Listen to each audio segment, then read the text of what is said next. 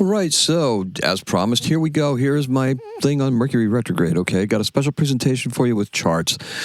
Today is Friday. It is the 24th of July, so Mercury just went direct yesterday. So we're going to talk about retrograde, what retrograde process is, what you can expect from Mercury retrograde, when you're going to be over with Mercury retrograde, and the whole 9 yards, right? We're going to talk about a bunch of things and uncover some concepts, and the concepts are here to help you just get a better grip and understanding of what the astrology is and where I'm coming from, okay? So here we have our screen with my beautiful artificial, AI lion there. Probably one of my favorite things that I created with AI for the Leo season. And so we're talking about Mercury retrograde ending. Now, Mercury's now direct. Direct is what we astrologers refer to as no longer retrograde, right?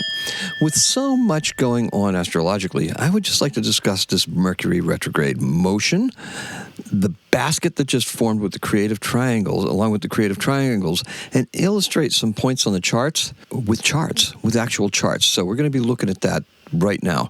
So now, by the end of this video, you're going to understand the basics of retrograde motion, Mercury's starting position, and the shadow or storm period that will end on the 30th. Now, we know that Mercury retrograde ended yesterday on the 23rd, so this video will present many different astrological concepts. You may want to go back and rewatch parts of it, okay? We'll figure out where to put it and how we're going to make it available for everybody.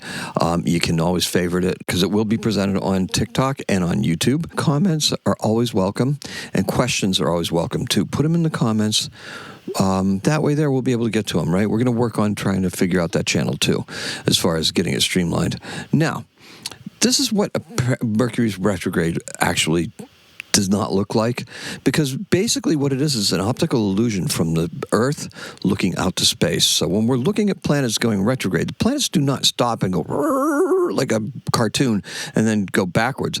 They're actually just, the Earth is either passing them or they're passing the Earth. So it's basically from our vantage point what that planet is doing.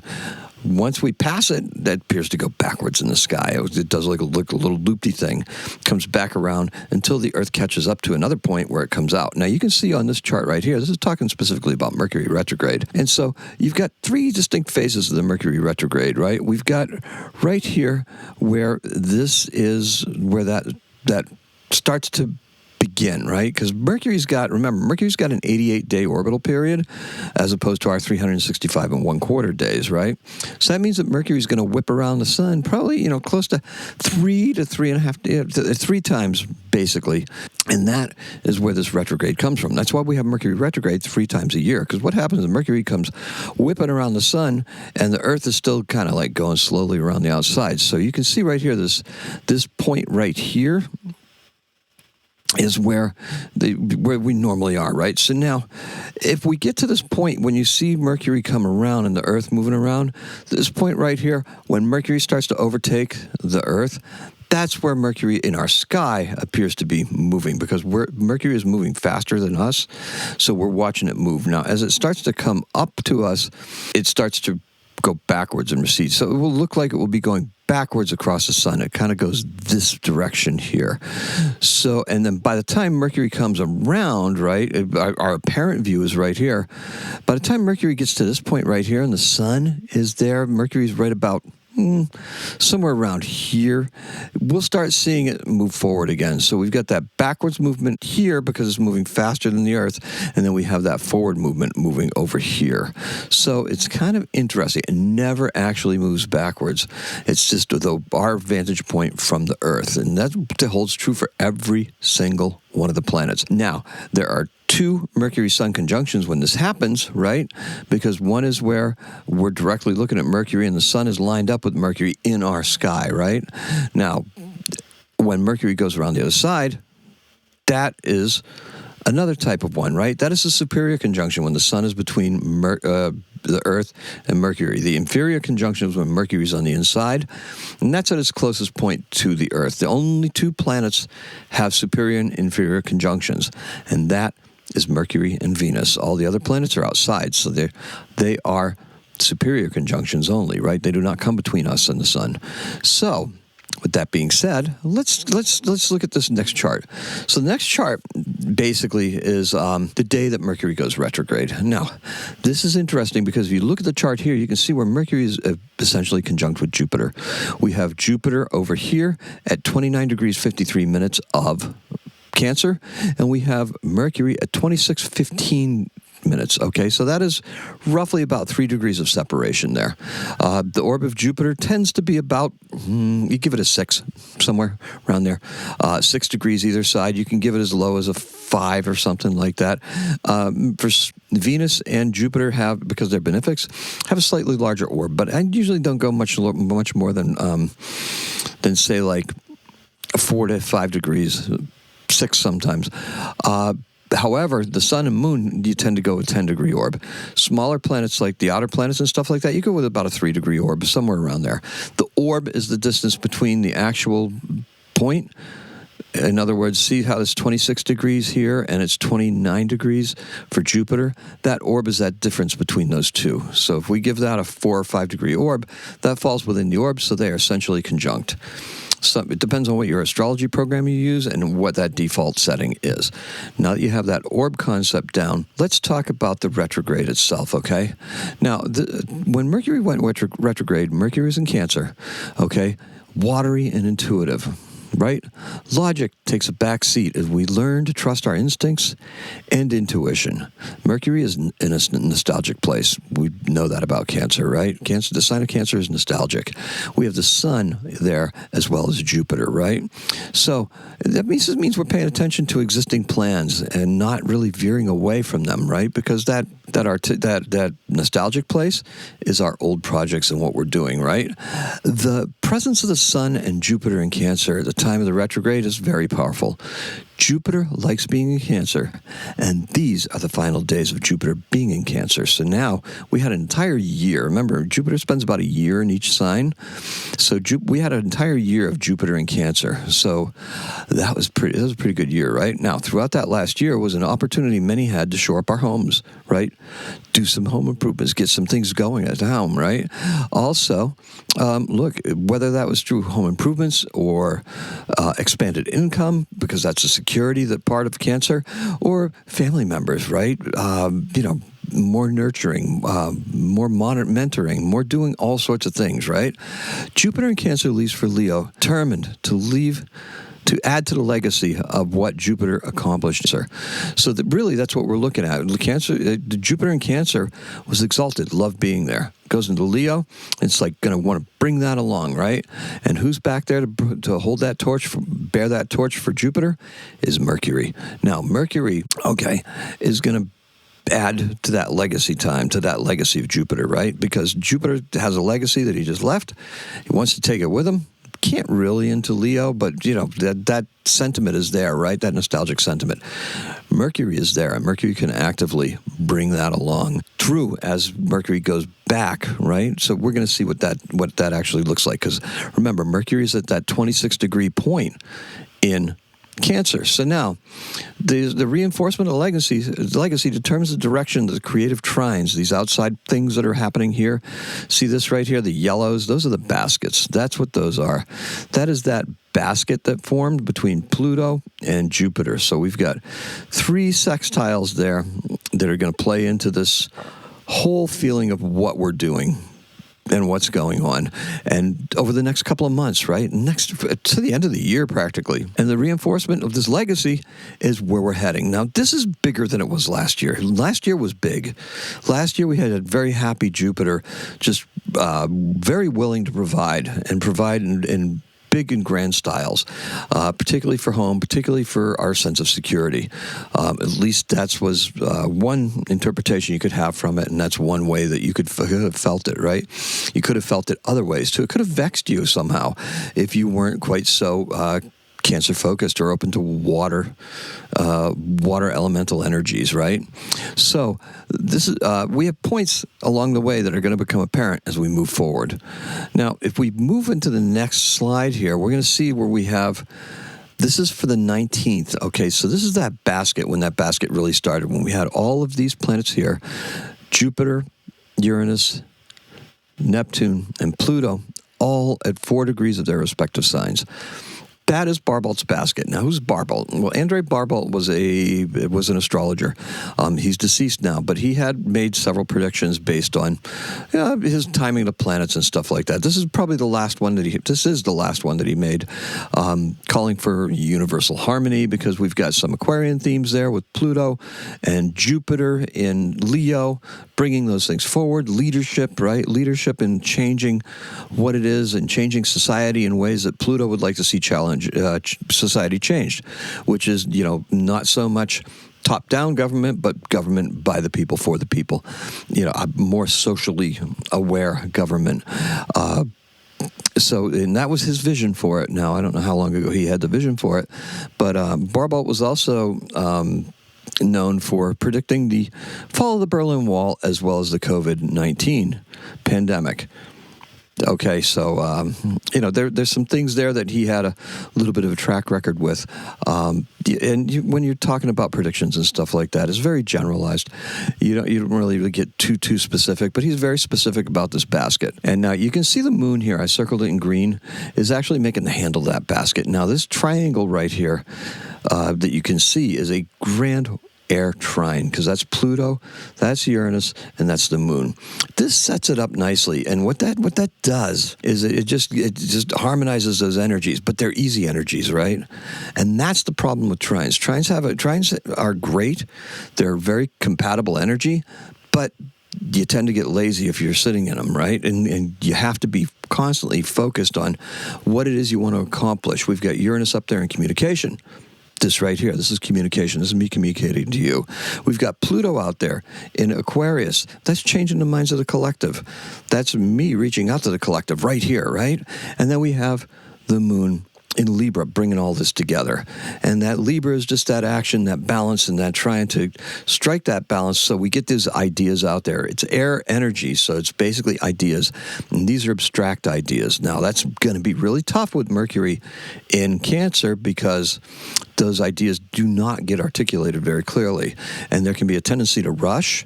This chart right here is going to provide you with some insight as to how I use these charts to analyze long-term flows. You might want to call it a prediction like Barbault's basket, but I prefer to think of it just like a cradle. Like, I don't really think of it as a basket, although we do see the moon up here in the handle position, right? So the moon can go around at 4 degrees of Libra there. That is a handle position for the basket. And basically, this kind of like, the cradles all protect us, right? They hold us. It's where our parents have us. And the tension that we get from our parents comes from over the cradle. It doesn't come from underneath the cradle. The cradle holds us in a position to protect us, and the attention that comes to us is what's outside of that cradle. So we have Virgo, we have Libra, we have Scorpio, we have Sagittarius, we have Capricorn, all over the cradle, right? We have the moon in Libra. That's actually the handle of the cradle.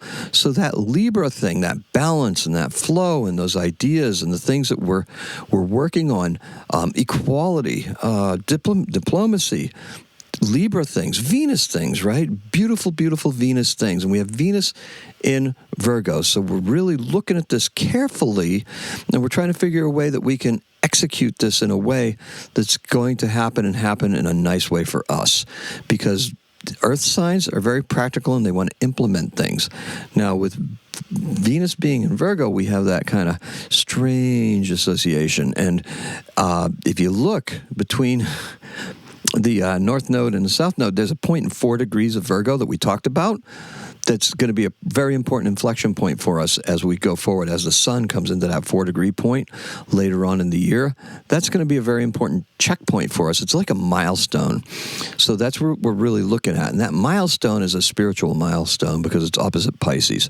So we will know how on point our intuition is as we move forward as far as what we're changing and what we're trying to change with art and bringing it to people. Because that Neptune in Aries is creative. Right, it's not the distractions, but it's what we're trying to build. We have Neptune retrograde there, so it's not so much gumming up the works as much as Neptune normally does, and it's providing a little bit of clarity. So let's talk about what else we got going on, because look, last year we were building income and security with that Jupiter in Cancer all year long, right? So, and we were staking our claim to a better lifestyle. Venus things, right? That Venus living. Venus and the moon are very compatible. The moon is very comfortable in Taurus. So there's that compatibility there. The moon is positioned within the second Libra in the second house right down here. See that too? We're using whole sign houses here, and this is actually the time. There's new ways that we're going to be vetting these communications and ideas. It's all about that communication, right? With Uranus up here in Gemini. So we're really looking at that. We have Mars in Gemini too.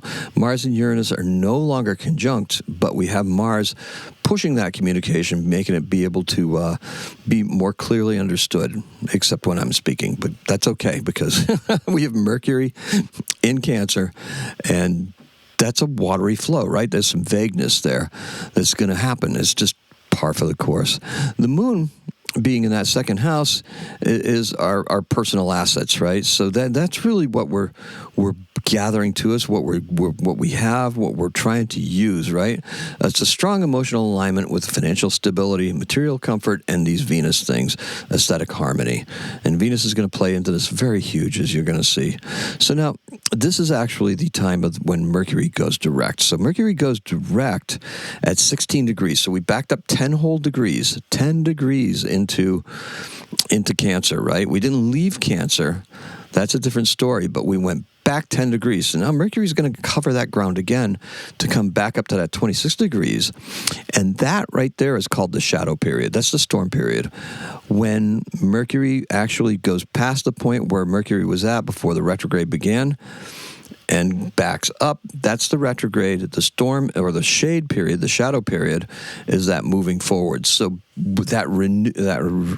the rewords that we associate with Mercury retrograde, revise, review, re-edit, we're doing things. We're actually taking that onto our communication and our thought processes, right? And how we're sensing things, our sensibilities, because that's a very personal planet. Mercury governs the intellect, governs the senses, governs our central nervous system, and it governs also our logic and thinking ability and communication ability. So as we move forward, we're intuitively going to be tweaking some of the messages that we may have put out before, which for daily-astrocat.com, we're quite successful, and we're just building onto that, and we're going to be, we weren't supposed to try anything new on Mercury retrograde, but we did, right? And some of you had mixed results, and it's good. So now that Mercury retrograde is over, we should start having some problems with technology and stuff like that. It's still going to exist. It doesn't go away. It's not going to go anywhere until we're really clear on the, I believe, what is the 29th, when that full moon occurs, and then we're finally out of that shadow period. So look, the other outer planets that are out there, okay, this Yod point is actually the same point as my when Mercury goes direct. So what we got here, it's explaining how the sextiles work. So we've got the sextiles here that are outside here on the various, and you can see the moon's even forming one with Pluto. So we've got a really, really big elongated basket now. We just don't have anything completing it up here in Libra that would be making that to be a complete cycle. But what you do see is you see that there's a sextile, and it meets at a point up here at the midheaven. And that midheaven is the Yod. That point is the Yod point. It's considered auspicious in many charts, and it gives us a little bit of an edge, and predictive-wise, right? So we can tell where the energy is coming from. Say, like, in this case here, we've got Pluto and we've got Uranus. That energy is going to intersect, right, somewhere in Taurus. And opposite Taurus is that midheaven where Scorpio is. So we've got this Taurus point down here with the nadir, and then we've got that up there.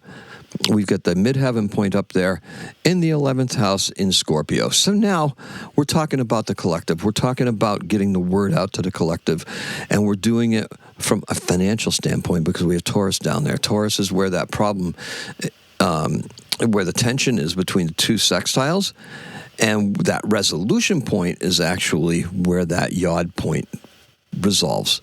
And you can do that for every sextile on this chart. Now, because the cosmos has kind of like a memory, like water.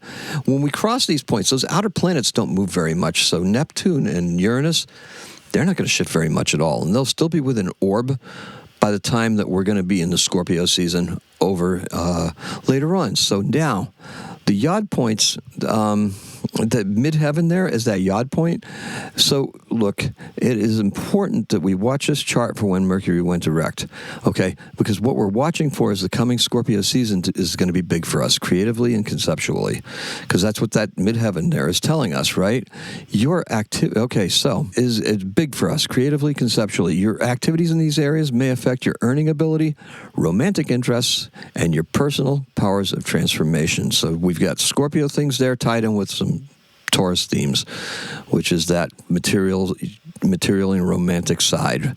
We're also going to have some other stuff that's going on too, so it's going to be really, really interesting. Some, okay, are better at this, are going to have a better time with this than others. The fact is that this tension between the two fixed signs will resolve with input from the cardinal fire and the mutable air. That would be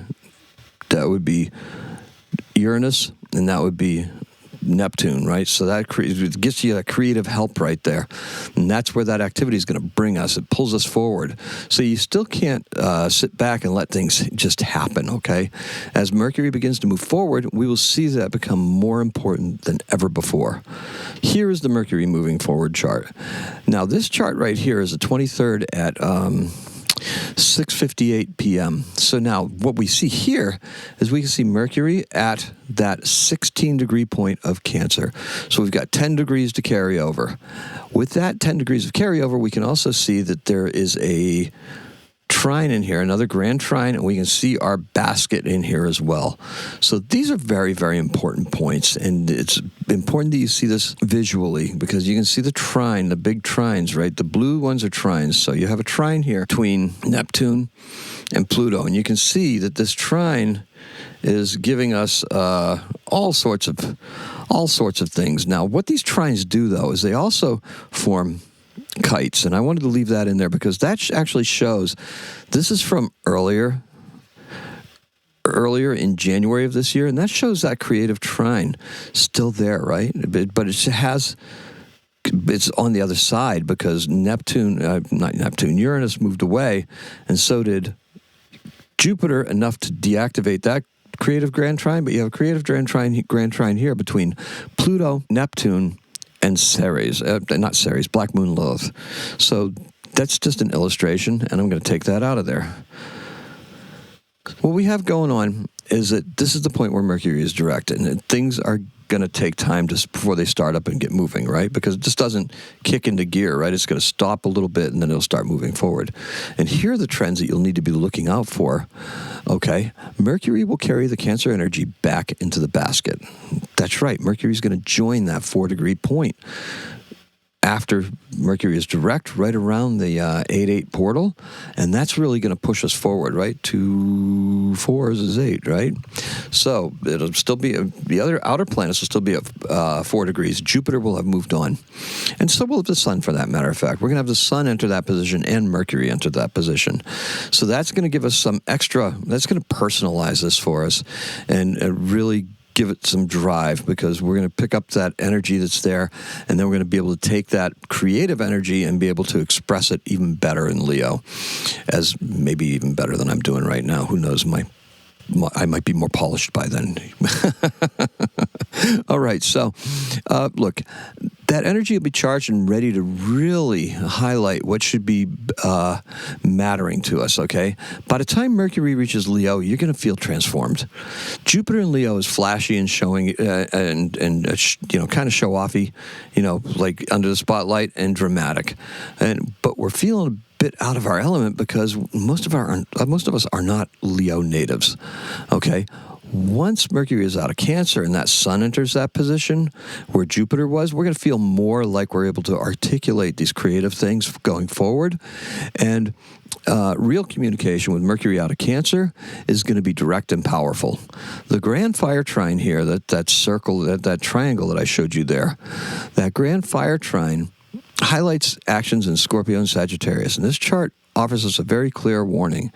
Take care of your relationships starting today. All right?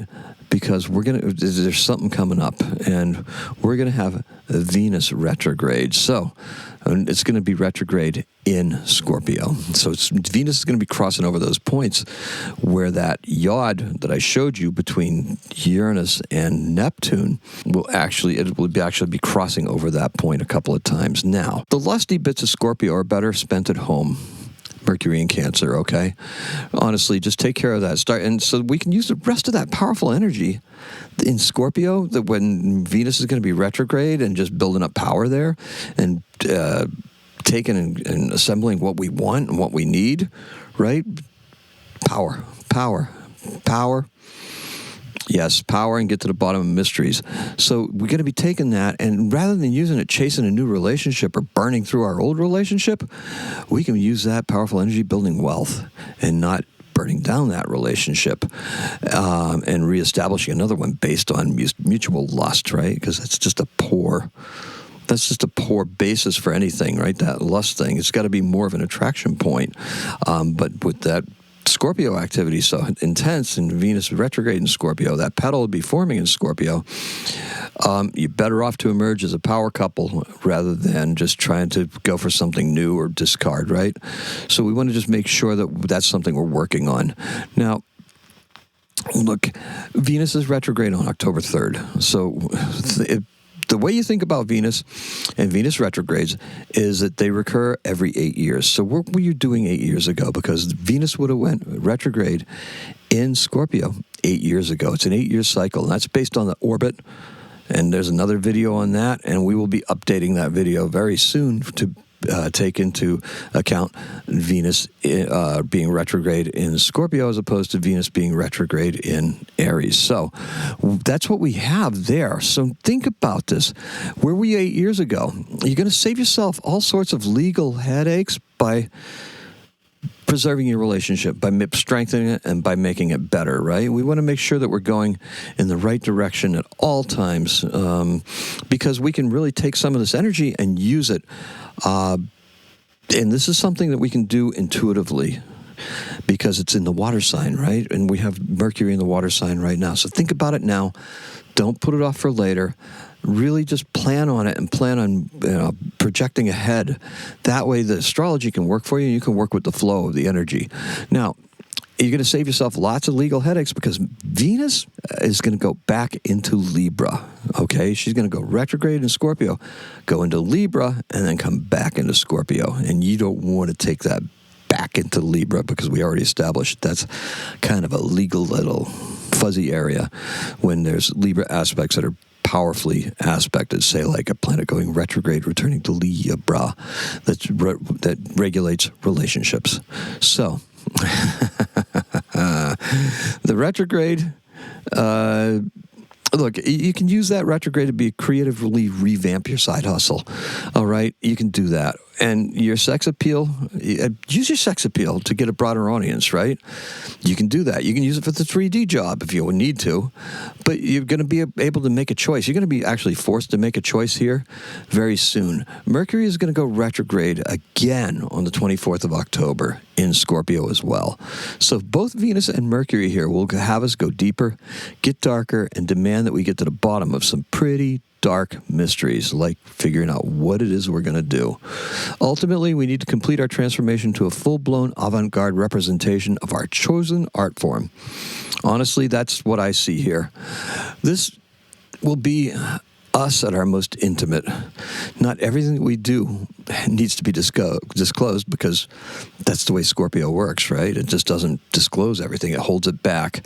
Fixed signs, you're going to benefit from this intensity very much, particularly when both Venus and Mercury are retrograde and going back.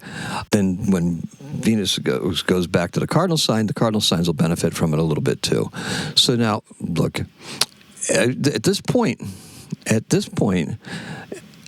can put your signs that you have in fixed elements or cardinal elements into service for you and be able to figure out and get to the bottom of this, because we're really going to start digging deep in that at that Scorpio season, because the sun will also be, guess what, in Scorpio as well. So this gets very personal and very intense. And that's the actual meaning of that Scorpio sign, is the intensity, right? So look, at this point, you're going to be on a treasure hunt. And this right here is your map. This right here. Okay, that's the map. That's where we're going. So now, in keeping with the current astrology, since this is buried treasure, you won't know quite what you're digging up, but you're guaranteed a better chance if this is for yourself and not for the benefit of a bigger corporation. Treasure map, right? That's what we're getting at. This is what I have for you. If you have any questions, okay, if it wasn't clear enough or anything like that, leave me notes. Be kind.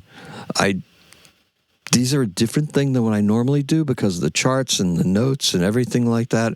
It's a little bit more different, and I'm not quite so good at it yet, especially with the screen recording as well as the sound recording and the video recording that runs off to the side, right? So please, if you like it, like it. If you don't like it, let me know, but let me know kindly. Be constructive. Don't just say, oh, this is whatever. I don't respond to that stuff. What I do respond to, though, is I respond to creative, helpful, and kind criticisms and also kind comments. So thank you so much. I hope this made sense for you, and I hope this gets you to figure out where you're going to move forward strategically for the next couple of months. Okay? daily-astrocat.com means exactly that, daily. You can get this. I'm going to find out where we can get it. It's going to be on YouTube, definitely, and it's going to be on the Apple Vodcast as far as the video part of it is concerned, because with the charts, that's what you want. I will put it on the regular podcast, but it's not going to be quite so fun unless you grab it where the video is available. Not that the video is that great, but you'd be able to see the charts and be able to see some of the things that I'm talking about anyway. So look, subscribe, click notifications, go to our website, and that will help you too, because I will actually put a link to it at the bottom. I'll take my Venus retrograde one off. I will put this video down there for Mercury retrograde, and you'll be able to watch it as many times as you want. And that's all I have for you. Thank you so much for joining me. I appreciate and love every single one of you, and any new people that come along, welcome aboard, and stay tuned for more content just like this. But it's also here daily at daily-astrocat.com. Happy astrocatting.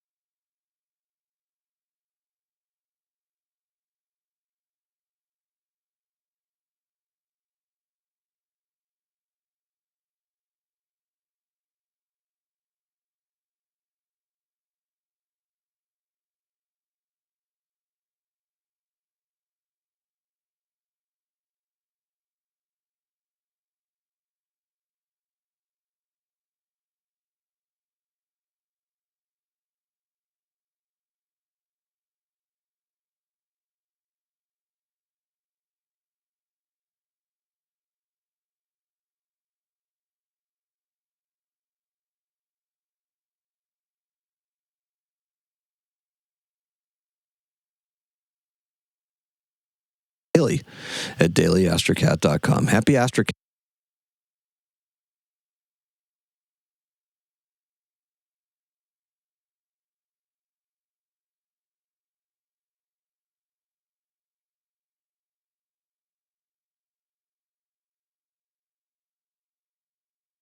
chatting.